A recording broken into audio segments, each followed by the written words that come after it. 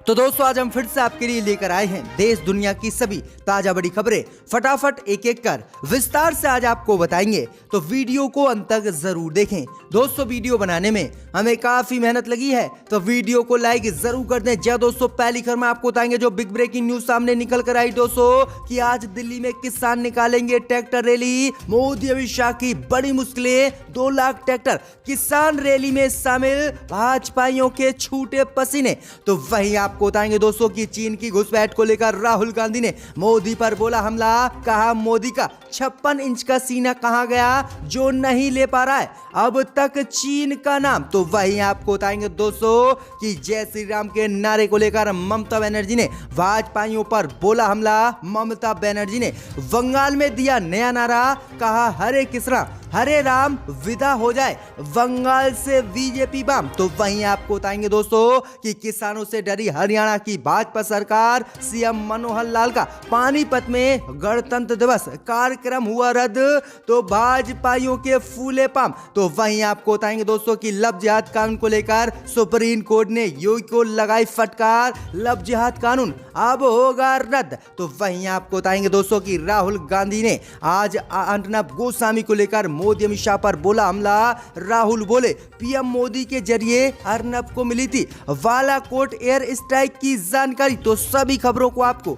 एक एक कर बताएंगे, वीडियो को लाइक कर दें। इसी बीच बता दोस्तों पहली खबर की ओर जो बिग ब्रेकिंग न्यूज सामने निकल कर आई दोस्तों कि कृषि कानून के विरोध में आज दिल्ली में किसान निकालेंगे ट्रैक्टर मार्च, मोदी अमित शाह की बड़ी मुश्किलें। जी दोस्तों आपको बता दें ये बड़ी खबर सामने निकल कर आई दोस्तों कि तीनों केंद्रीय कृषि कानून को रद्द करने की मांग को लेकर अड़े किसान आज 26 जनवरी के मौके पर दिल्ली में ट्रैक्टर मार्च निकालेंगे।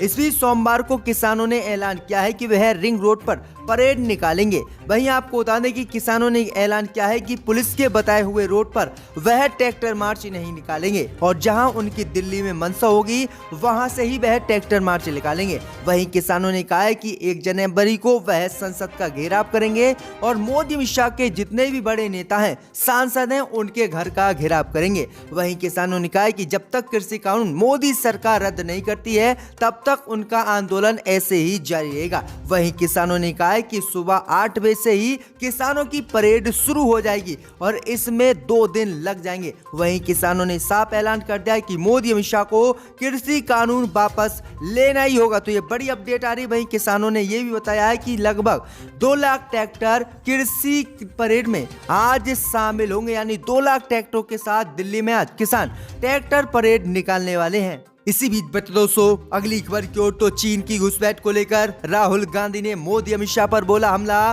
कहा मोदी का 56 इंच का सीना कहां गया। जी दोस्तों आपको बता दें ये बड़ी खबर सामने निकल कर आई दोस्तों कि चीन की घुसपैठ को लेकर एक बार फिर से राहुल गांधी ने मोदी अमित शाह पर जोरदार हमला बोला है।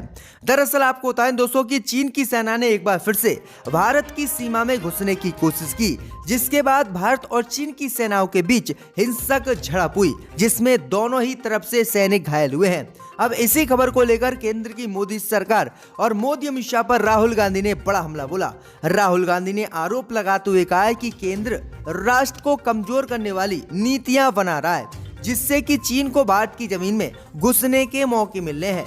इसके साथ ही राहुल गांधी ने चीन विवाद पर मोदी की खामोशी पर भी सवाल खड़े किए। राहुल गांधी ने कहा कि चीन भारतीय जमीन में अपनी मौजूदगी बढ़ा रहा है। मिस्टर 56 इंच का सीना रखने वाले मोदी एक शब्द चीन के लिए नहीं बोल रहे और वह चीन का नाम तलक लेने से डरे हैं। वहीं राहुल गांधी ने कहा है कि मोदी का 56 इंच का सीना ही नहीं है और मोदी जो 56 इंच के सीने की बात करते हैं वह झूठ है और मोदी चीन से डरते हैं, इसलिए वह चीन का नाम तक नहीं लेते हैं। तो ये बड़ा हमला राहुल गांधी ने चीन की घुसपैठ को लेकर मोदी अमित शाह पर बोला है। इसी बीच बता दोस्तों अगली खबर की ओर तो जय श्री राम के नारे को लेकर ममता बनर्जी ने मोदी अमित शाह पर साधा निशाना। ममता बनर्जी ने बंगाल में दिया नया नारा, कहा हरे कृष्णा हरे राम विदा हो जाए बीजेपी बम। जी दोस्तों आपको बता दें ये बड़ी खबर सामने निकल कर आई दोस्तों कि पश्चिम बंगाल में भाजपा और टीएमसी के बीच लड़ाई शुरू हो गई है। बंगाल में बीजेपी के जय श्री राम के नारे का जवाब आज ममता बनर्जी ने नए सिरे से दिया है। पश्चिम बंगाल की हुबली में आज एक रैली के दौरान ममता बनर्जी ने भाजपा पर जय श्री राम के नारे को लेकर बड़ा हमला बोला। ममता बनर्जी ने पश्चिम बंगाल में एक नया नारा आज दिया है। ममता बनर्जी ने कहा है कि हरे कृष्णा हरे राम विदा हो जाए बीजेपी बम। आपको बता दें कि नेताजी सुभाष चंद्र बोस की जयंती के कार्यक्रम के दौरान ममता बनर्जी जब बोलने के लिए आई तो बीजेपी के कार्यकर्ताओं ने जय श्री राम के नारे लगाए।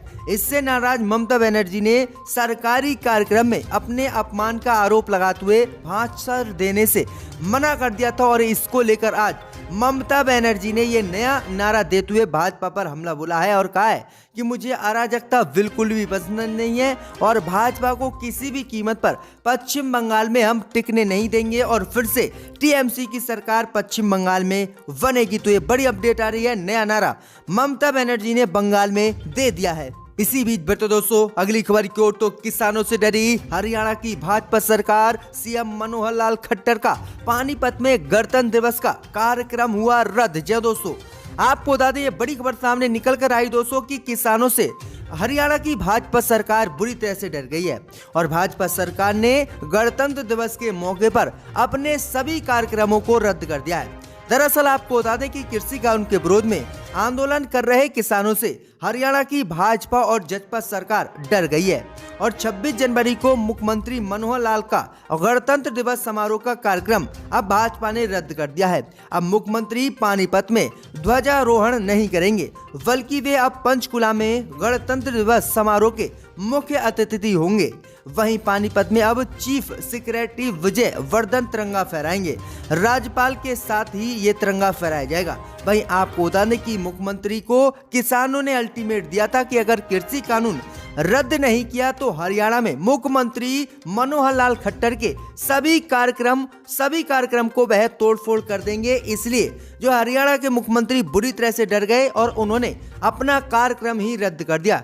इससे पहले भी जो है किसानों ने मुख्यमंत्री खट्टर के कार्यक्रम में तोड़फोड़ की थी और उनके हेलीकॉप्टर को नहीं उतरने दिया, जिसके बाद ये फैसला हरियाणा की भाजपा सरकार ने लिया है। तो ये बड़ी अपडेट आ रही कि किस तरह से मैदान छोड़कर हरियाणा की भाजपा सरकार अब किसानों के सामने भाग रही है। इसी बीच बता दोस्तों अगली खबर की ओर तो लव जिहाद कानून को लेकर सुप्रीम कोर्ट से योगी सरकार को लगा तगड़ा झटका। जहां दोस्तों आपको बता दें ये बड़ी खबर सामने निकल कर आई दोस्तों कि लव जिहाद कानून पर सुनवाई करने के मामले को लेकर आज सुप्रीम कोर्ट से योगी सरकार को तगड़ा झटका लगा है। दरअसल आपको बता दें कि सुप्रीम कोर्ट ने लव जिहाद के नाम पर हो रहे धर्मांतरण को रोकने के लिए उत्तर प्रदेश की योगी सरकार की ओर से लाए गए कानून को चुनौती देने वाली सभी याचिकाओं को इलाहाबाद हाई कोर्ट से सुनवाई के लिए सुप्रीम कोर्ट ट्रांसफर किए जाने की यूपी सरकार की मांग को आज खारिज कर दिया है। सुप्रीम कोर्ट ने कहा है कि पहले इलाहाबाद हाई कोर्ट को फैसला करने दीजिएगा, इसके बाद ही हम इन याचिकाओं पर सुनवाई करेंगे। दरअसल आपको बता दें कि उत्तर प्रदेश की योगी सरकार ने याचिका डालकर कहा था कि इस मामले पर सुप्रीम कोर्ट से सुनवाई पहले हो, ना कि पहले इलाहाबाद हाई कोर्ट करे।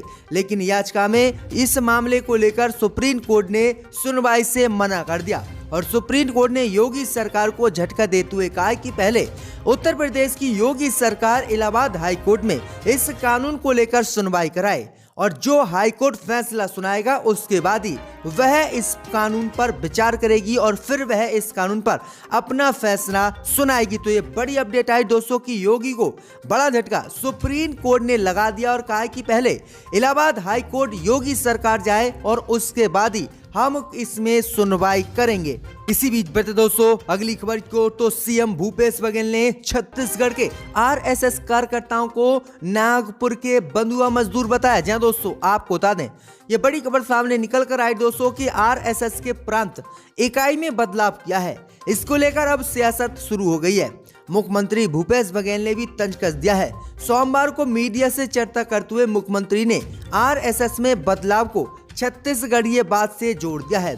आरएसएस पर हमला करते हुए उन्होंने कहा है कि विरसा रामजी छत्तीसगढ़ के स्थानीय व्यक्ति थे।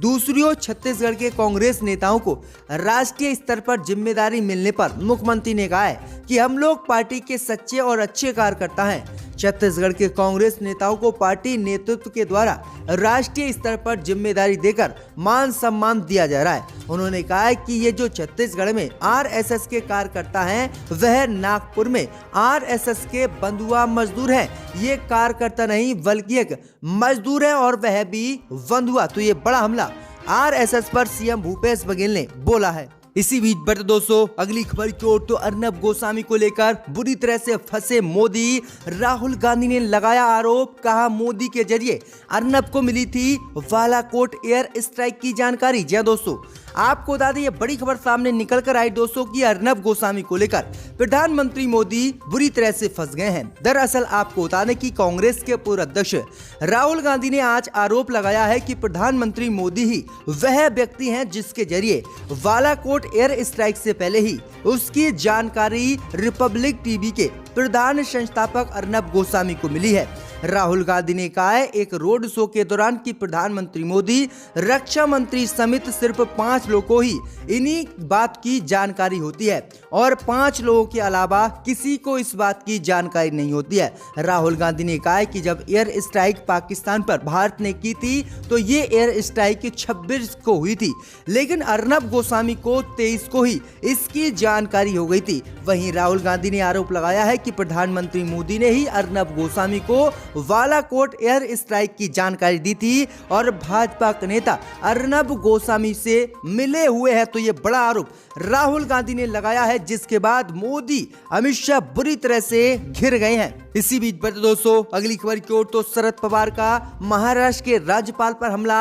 कहा महाराष्ट्र में पहली बार आया है ऐसा राज्यपाल जो कंगना से मिलता है लेकिन किसानों से नहीं। जी दोस्तों, आपको बता दें कि दिल्ली में चल रहे किसान आंदोलन को महाराष्ट्र सरकार द्वारा शुरू से ही समर्थन दिया जा रहा है। कृषि कानून के खिलाफ आज मुंबई के आजाद मैदान में किसानों की रैली है, तो वहीं दिल्ली में भी किसान ट्रैक्टर परेड निकाल रहे हैं। अब इसी को लेकर जो है शरद पवार ने महाराष्ट्र के राज्यपाल पर बड़ा हमला बोला है। महाराष्ट्र के राज्यपाल पर शरद पवार ने हमला बोलते हुए कहा है कि महाराष्ट्र में पहली बार ऐसा राज्यपाल आया है जो अभिनेत्री कंगना रनावत से तो मिलता है लेकिन किसान जो परेशान है उनसे नहीं मिलता है। मुझे आश्चर्य होता है कि ऐसा राज्यपाल आखिरकार किसके दबाव में काम कर रहा है, क्योंकि आपको बता दें कि पिछले दिनों जब कंगना रनावत का अवैध घर वीएमसी ने तोड़ा था तब राज्यपाल कंगना रनावत से मिले, लेकिन राज्य में जिस तरह से कृषि कानून को लेकर किसान आंदोलन कर रहे हैं और किसानों ने महाराष्ट्र के राज्यपाल से मिलने की कोशिश की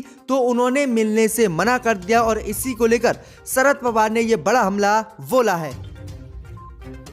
वो भी हमने देखा और वो सब कौन से हम जानते हैं।